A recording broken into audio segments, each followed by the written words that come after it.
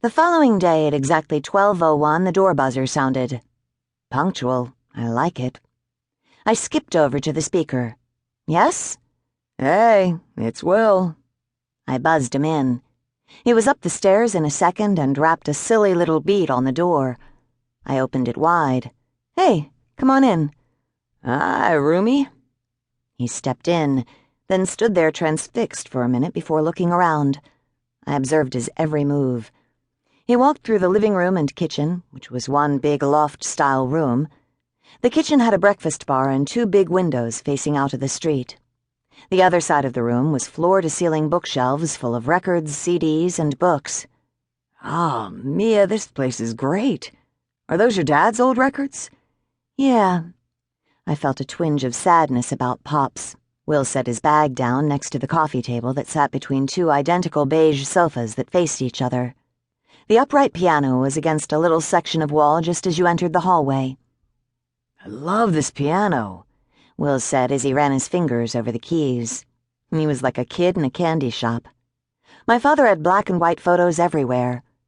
Will paused at a picture of my father and me from a few years back. He turned to face me.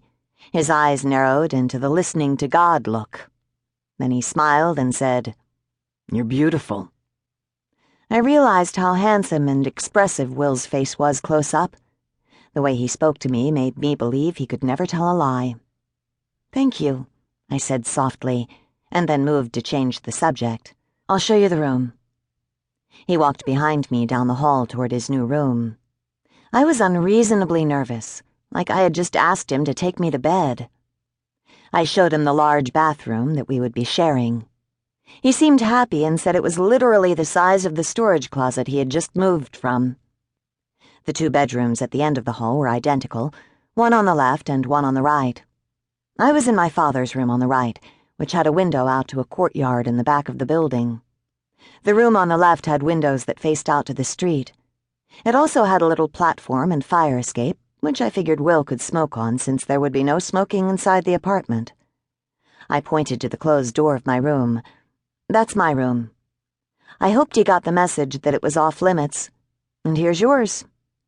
I let him walk in front of me, and then I stood in the doorway and watched him as he looked around.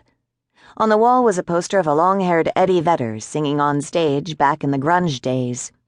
He was shirtless and sweaty, his eyes closed as he gripped the microphone. Pointing to the poster, Will smirked. "Not your father's, I take it." "This used to be my room during the summers." In his best girly voice, he said, "It's like he's singing right into my soul."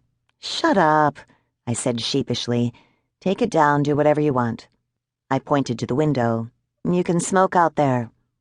"I quit." "Good for you," I said sincerely. The room had a bed with a blue bedspread and a dresser in the corner. I had taken everything else out. "This is perfect," he said, smiling widely. "So, we have to figure out some kind of rules for privacy and all that." "Well, you work days and I work nights, so I'm sure it will be fine." He stared at me and then continued, "What did you mean, like a sock on the door type of thing?" No, you're right. It will be fine. Anyway, we can just figure it out as we go." "Sounds like a plan, roomie." Then he winked. "Okay, so where's the rest of your stuff?" "That's it," he said, pointing to the big duffel bag he'd brought in. "Oh, and my guitars and a little practice amp that Dustin, our drummer, is bringing over in his van. He'll be here in a bit." I just realized I know nothing about you. Do you have a family? Where are you from? The idea that I'd just invited a relative stranger who owned nothing to live in my apartment gave me a stomachache. But the weird thing was that I felt like I had known Will forever. "I'm from Detroit. My entire family still lives there. My mom works in a bakery at a grocery store, and my dad is a retired electrician. I have 12 brothers and sisters." Really? I'm an only child. I can't imagine having a huge family like that. It must have been awesome. Relaxing his stance, he leaned his tattooed forearm onto the dresser and crossed his feet. Jackson came over and sat next to him. Will unconsciously began petting Jackson's head. It made my heart warm. "Actually, I don't have 12 brothers and sisters.